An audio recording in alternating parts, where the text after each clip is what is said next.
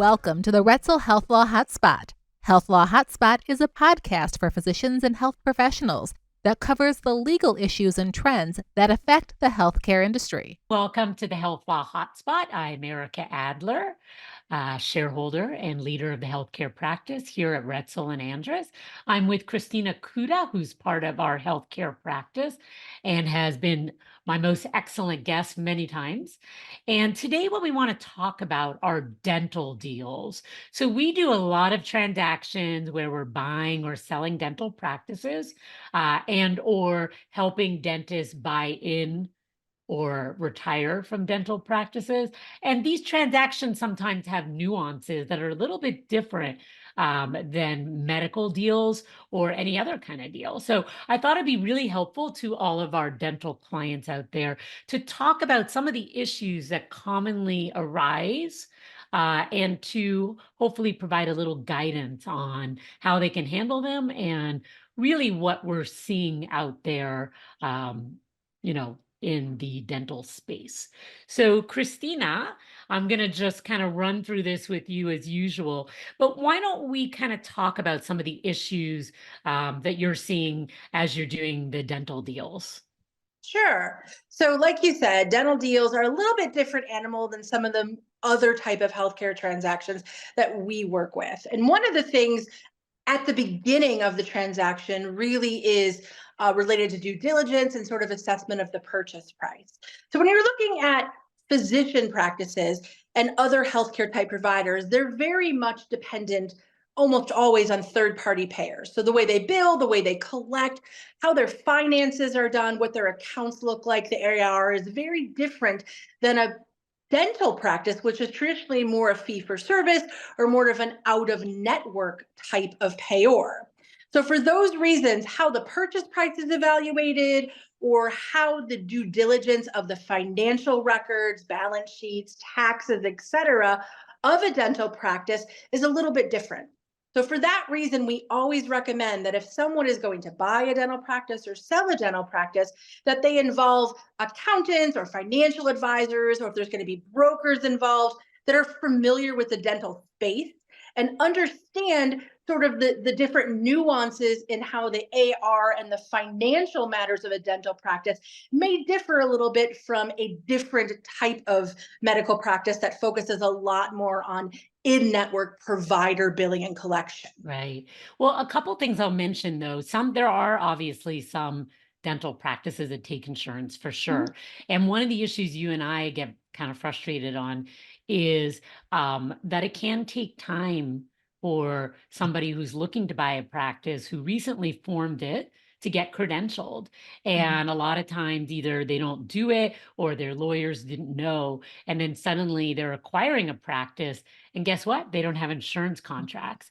And so sometimes what we see happening is that they use the insurance contracts of the seller and they bill under the seller's number until they get their owner, maybe even indefinitely, and don't do it correctly. And this is improper. This is illegal.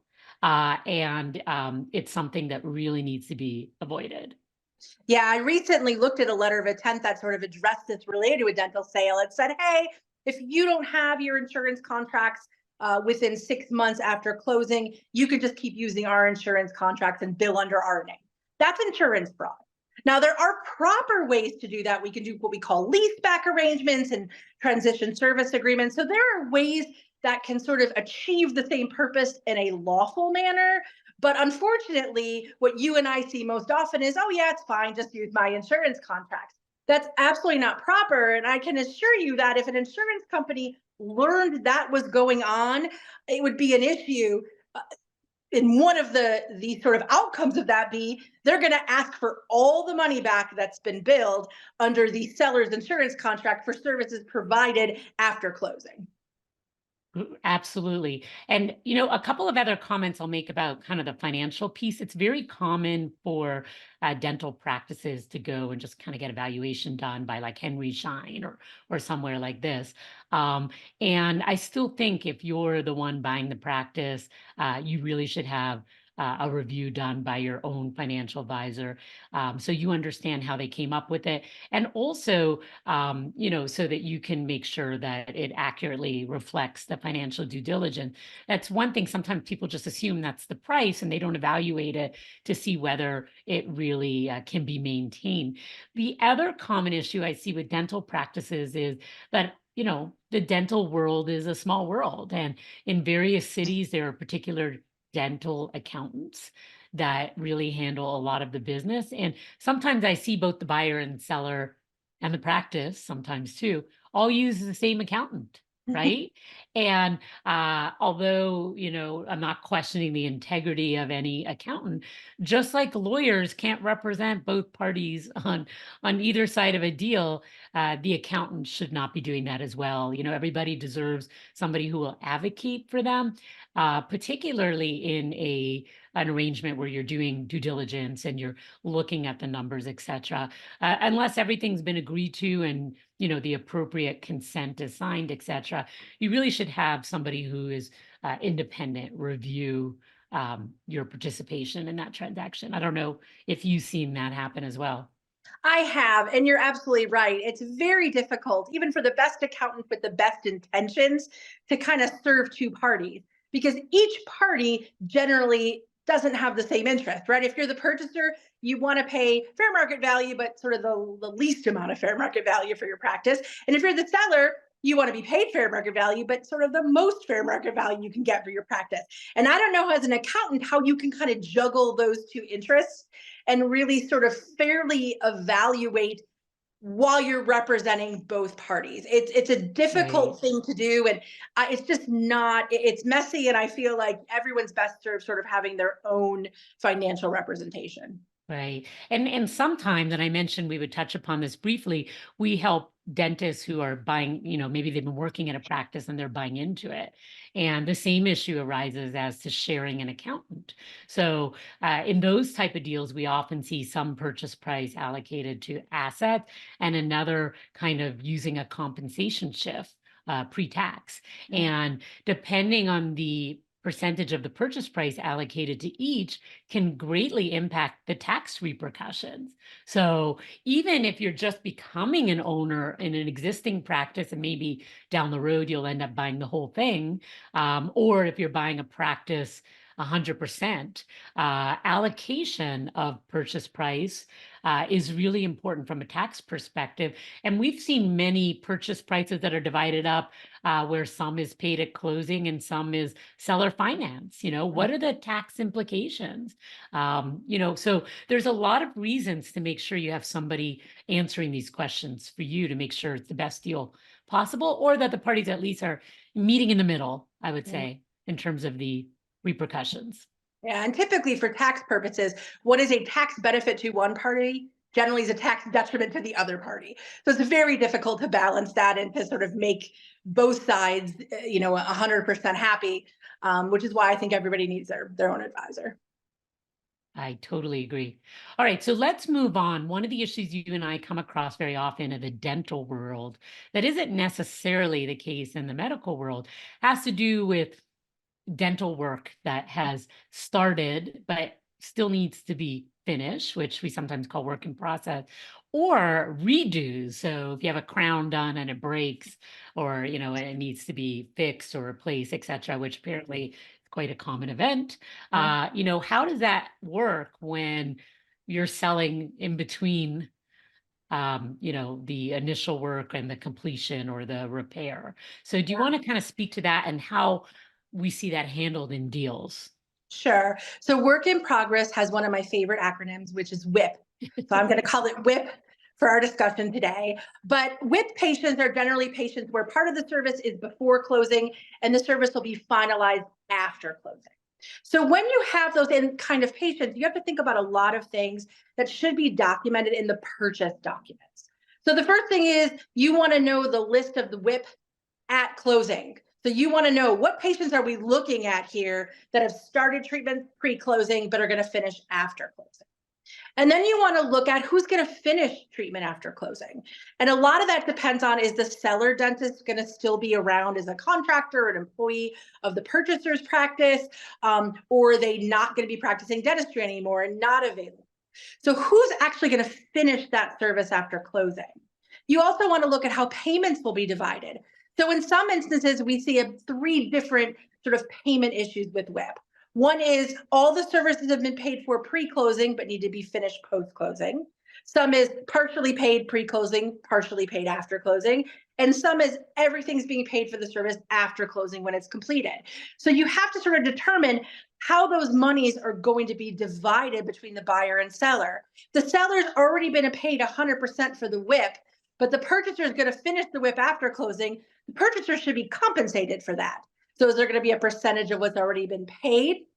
And also, if there's a circumstance where the seller has already been compensated for all the amounts, but has also incurred all the lab fees, if the purchaser is going to finish the WIP and get paid some of the fees for finishing, they also probably should share in some of the costs. So you really have to pay attention and look at where the money went for the service and where the cost went for the service.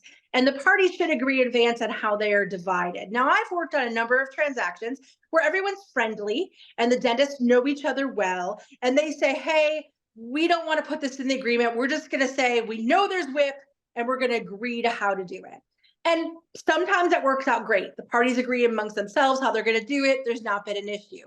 But there's been a few instances where it's not turned out that way. And there's been a significant amount of WIP that maybe the purchaser didn't think it was going to be that extensive.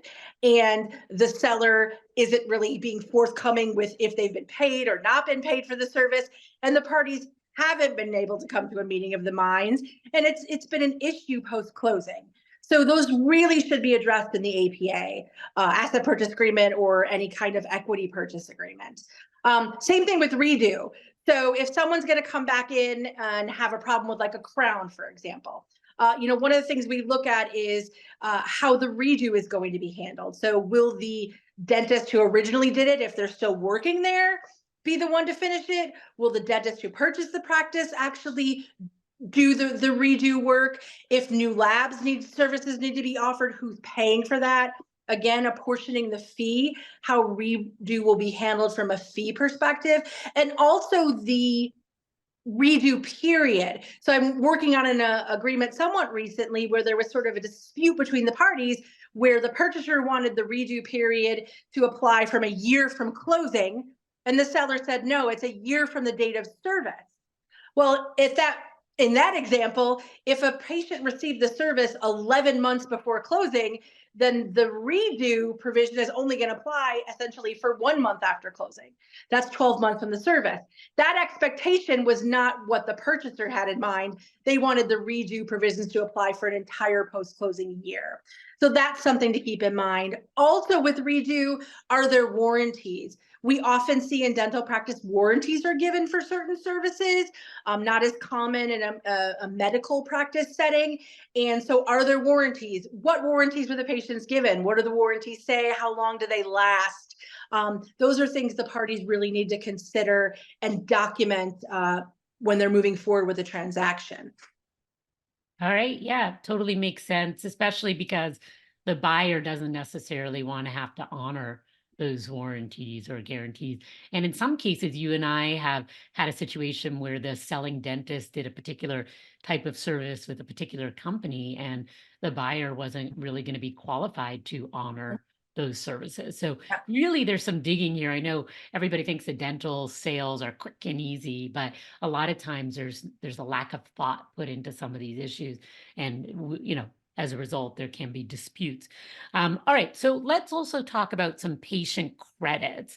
Now, we know in medical practices, sometimes there's patient credits as well, right?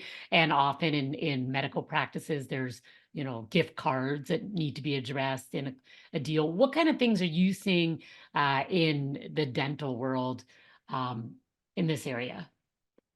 So oftentimes for dental practices, we do see that there are patient credits that exist in a larger volume than you would see in other practices. A lot of times it's because the fee was accepted up front, then the patient's insurance paid a certain portion, maybe it was out of network insurance, and the dental practice has to refund some money to the patient.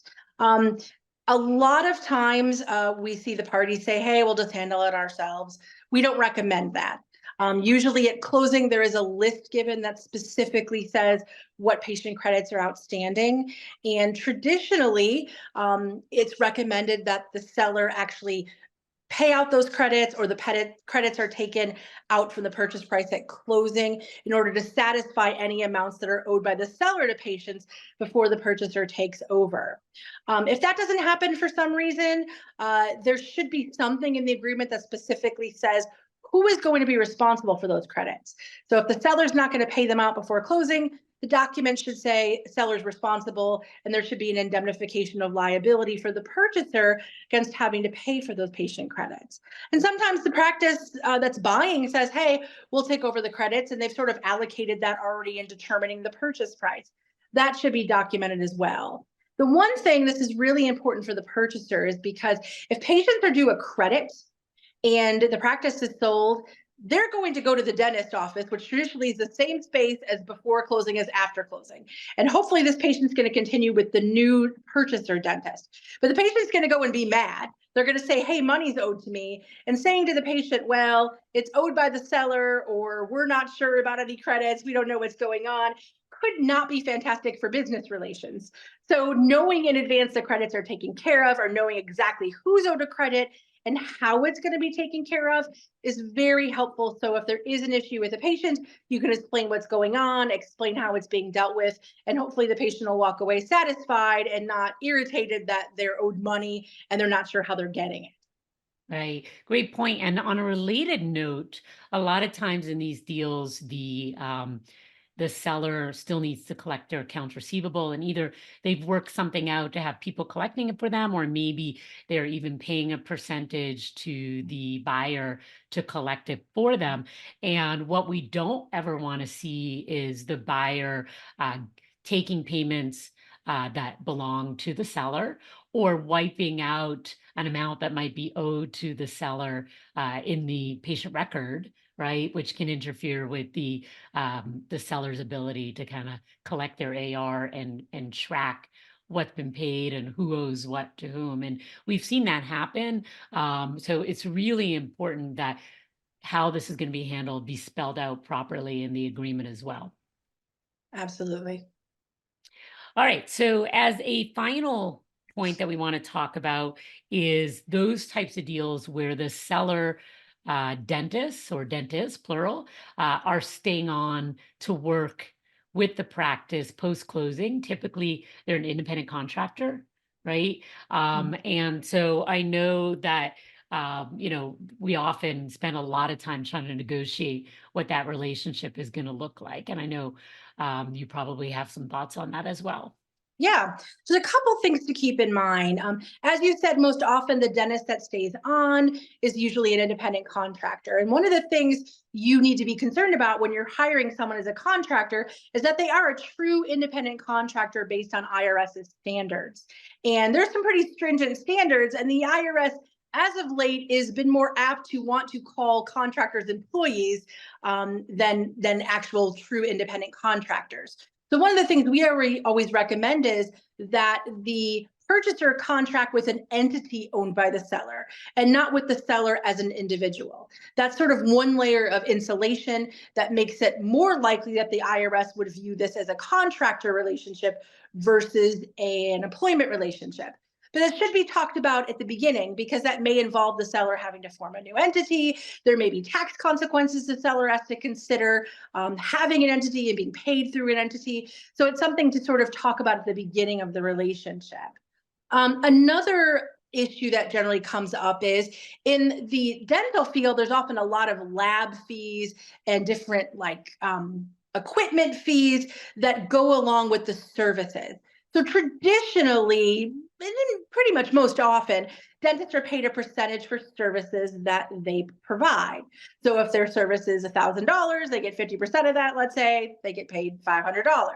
But you want to make sure that you include in an agreement how the cost for labs or supplies or equipment related to that actual service is going to be handled. So one of the ways that's often done is the compensation will say you're getting X% of collections for services you provided, but minus X% of the associated lab fees, et cetera, cost for those services. That's something that's a little more unique to dentistry, and not all buyers of a practice think of that. They just say, okay, well, we're going to pay you X%, but they're not thinking about the fact that there's costs and expenses related to those services that the contractor likely should share with. Yeah, I think, that often can be a big issue. And also making sure that, if the dentist, doesn't get paid until collections start to come in following closing, that the parties are thinking about, paying trailing collections following termination. That's something that people often, forget to talk about as well. So really important to think through the whole picture. I've definitely seen agreements where there hasn't been a discussion of how long the contractor is going to be paid for collections trailing after the termination date. And there's been disputes between the parties. Should it be forever and ever? They're going to get it no matter if it comes in 3 years later, or, do they not get anything as of the day of termination? If it's not collected before that, they don't get anything. And another issue that's kind of come up recently that I think is important to note is if a contractor comes to work for the practice, they're working for the practice. So that practice should be billing and collecting and paying the contractor. The contractor should not be paying the practice for use of a chair or use of personnel or use of equipment or supplies. That's not an arrangement where the contractor dentist is just leasing space and leasing use of personnel as a totally independent practice. They're working for the practice. So the practice should be the one collecting and paying the contractor. That's the proper way to document that relationship. And also, depending on your state law, there could be concerns that if the contractor is paying the practice a percentage of its income it receives, that could be actually seen as paying for referrals in violation of law. So you need to be careful about how that's structured. Great advice. Well, we could do a whole other podcast with some other issues. So we'll talk about doing that, but hopefully this has been helpful. Make sure that if you're buying or selling a dental or a medical practice, that you're thinking about some of these issues, and hopefully you're working with a team that is familiar with these issues and, can make the process a little bit smoother for everyone and not miss anything that creates conflict down the road. So thanks for joining us. This is the HealthLaw Hotspot. I'm Ericka Adler, and Christina Kuta joined us today as well. If you want to see some of our other podcasts, you can check out ralaw.com or simply Google the HealthLaw Hotspot and you'll find us there. We'll see you next time. The Roetzel HealthLaw Hotspot is made available by the firm and its attorneys for educational purposes and to provide general information, not to provide specific legal advice. Use of the Roetzel HealthLaw Hotspot does not create an attorney-client relationship between you and the firm or any of its attorneys. The Roetzel HealthLaw Hotspot should not be used as a substitute for competent legal advice, and you should contact an attorney in your state about any legal needs or questions you may have.